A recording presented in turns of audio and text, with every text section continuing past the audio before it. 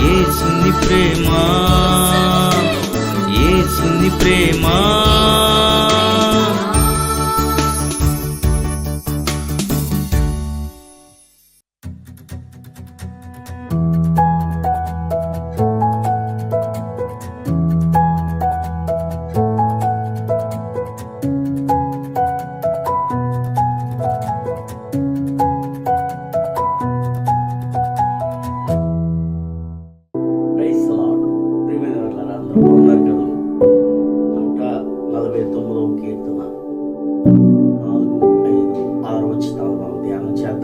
చదువుతాను చూడండి.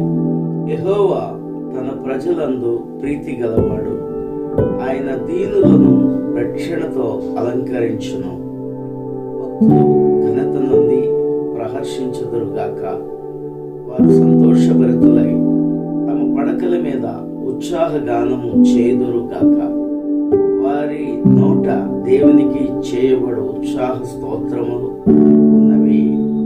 ప్రార్థన చేసుకుందాం. మహాపరిశుద్ధుడా, కృప కలిగిన మా దేవా, నీ వాక్కు ద్వారా ఈ ఉదయకాలంలో మరొక్కసారి మాతో మాట్లాడమని, ఈ వాక్యం మా జీవితాలకు దీవెనకరంగా ఉండటకు సహాయం చేయమని యేసు నామమున ప్రార్థన చేయుచున్నాము తండ్రి, ఆమేన్. ప్రియమైన వాళ్ళరా, యెహోవా తన ప్రజలందు ప్రీతి గలవాడు అంటున్నాడు. నిజమే, మనల్ని ఎంతగానో మనమంటే దేవునికి ఎంతో ఇష్టం. ప్రేమించిన దేవుడు మన దేవుడు. దేవుడు లోకంలో ఎంతో ప్రేమించను అని ఆ మాట ఎంత సంతోషంగా మనం చదువుకుంటామండి. నిజమే, దేవుడు ఎంతో ప్రేమించాడు. మనం అంటే ఆయనకి ప్రీతి అంటే ఇష్టం అట. కాబట్టి మన పిల్లలు మనకి ఎంత ఇష్టమో, మనము దేవుని పిల్లలం కాబట్టి మనం అందరం దేవునికి ఇష్టం. ఆయన మాట వింటే ఏంటి, ఆయన ఇంకా సంతోషిస్తాడు. ఆయన చెప్పినట్లుగా బ్రతికితే ఆయన ఇంకా ఆనందిస్తాడు.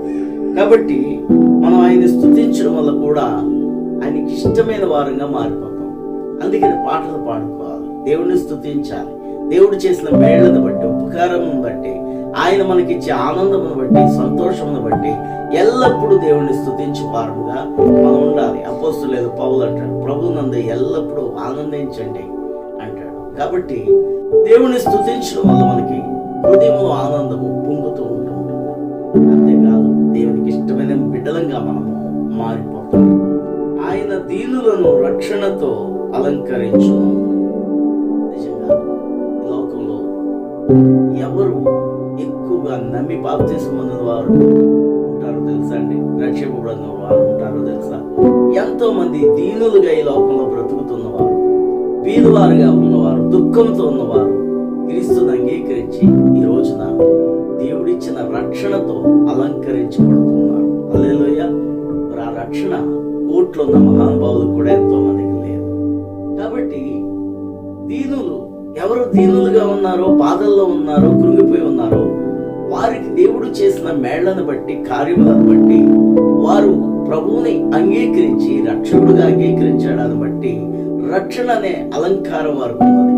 ఈ రక్షణే పరలోక రాజ్యానికి చేర్చేది. కాబట్టి ప్రియమైన వాళ్ళారా, ఈ లోకంలో ఎంత ధనం ఉన్నా, ఎంత పేరు ప్రఖ్యాతులు ఉన్నా, ఎంతమంది బంధు బలగం మనకున్నా, అవన్నిటికంటే కూడా గొప్పది యేసు చిందించిన రక్తంలో పాపాలు కడుక్కొని పాపము నుండి విమోచింపబడి రక్షింపబడడం. కాబట్టి దేవుడు మనల్ని రక్షణతో అలంకరిస్తున్నాడు. అందుకనే రక్షణ వస్త్రము అంటారు. కాబట్టి ఆయన ఇచ్చిన రక్షణ వస్త్రంతో దేవుడు నీకు సొగసునిస్తున్నాడు, అందమునిస్తున్నాడు, పరిశుద్ధతనిస్తున్నాడు. కాబట్టి ఆయన అలంకరిస్తున్నాడట. భక్తులు ఘనత నుండి ప్రహర్షించుదురుగాక, వారు సంతోషభరితులై తమ పడకల మీద ఉత్సాహగానం చేయుదురుగాక. చూడండి, భక్తి జీవితాన్ని గడిపేవారు ఘనత నుండి ప్రహర్షిస్తారట, ఆనందిస్తారట. భక్తి జీవితం మనకి ఎంతో ఆనందాన్ని కలగజేస్తారు. వారు పడకల మీదే దేవుణ్ణి స్తుతిస్తూ ఉంటుంటారు. హల్లెలూయా. నిజమండి, ఒకసారి మనం మన బాడీ, శరీరం నిద్రపోయిన ఆత్మ స్తుతి గానాలు పాడుకుంటూ ఉంటుంది. కాబట్టి ఆత్మ ఎల్లప్పుడూ ప్రభువులో ఆనందిస్తూ ఉంటుంది. ఉదయాన్నే లేవగానే దేవుణ్ణి స్తుతించి పాటలు పాడుకుంటూ మన జీవితాన్ని గడిపితే ఎంత ఆనందం, ఎంతో సంతోషం. కాబట్టి బైబిల్లో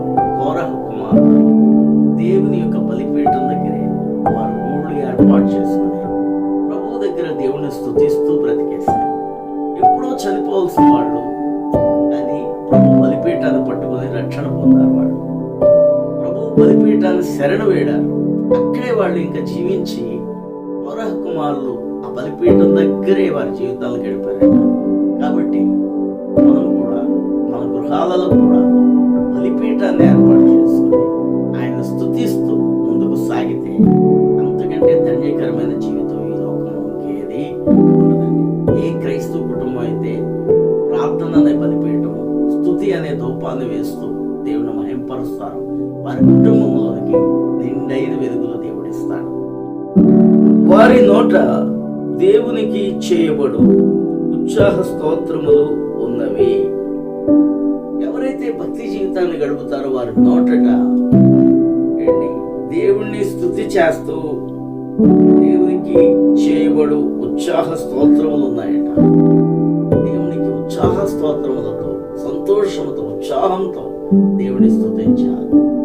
చాలాసార్లు మీరు పాడండి పాడండి అంటే చర్చలో కొద్దిసేపు పాడతారు, మడబూరుకుంటారు. కానీ మనమే ఉత్సాహంతో దేవుణ్ణి స్తుతించాలి. పాటలు పాడేటప్పుడు అందరూ చక్కగా చప్పట్లు కొట్టుకుంటూ దేవుణ్ణి స్తుతించాలి.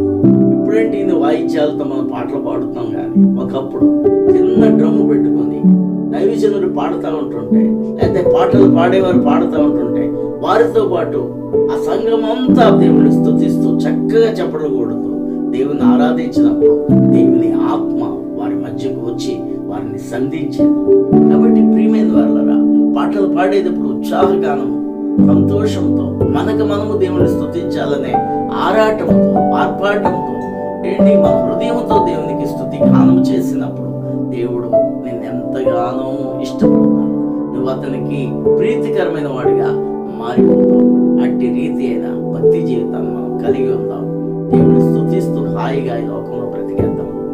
ఈ సంవత్సరంలో గొప్ప దీవెనలు మనం పొందుకుందాం. దేవుడు మిమ్మల్ని దీవించుగాక.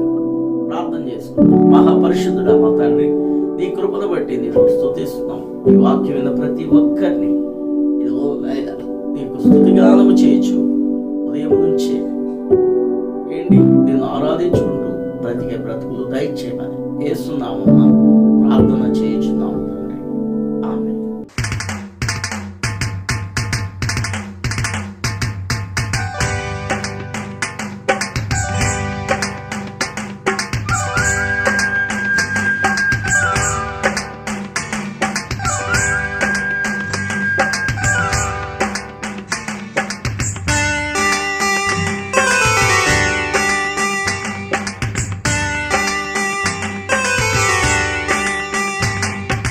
హైలేసో హల్లెలూయా హైలేసో నా నావయెక్కాడు నా యేసుడు. హైలేసో హల్లెలూయా హైలేసో నా నావయెక్కాడు నా యేసుడు. అలలెన్ని లేచిన భయపడను, పెనుగాలి వీచిన వెనుదిరగను. హైలే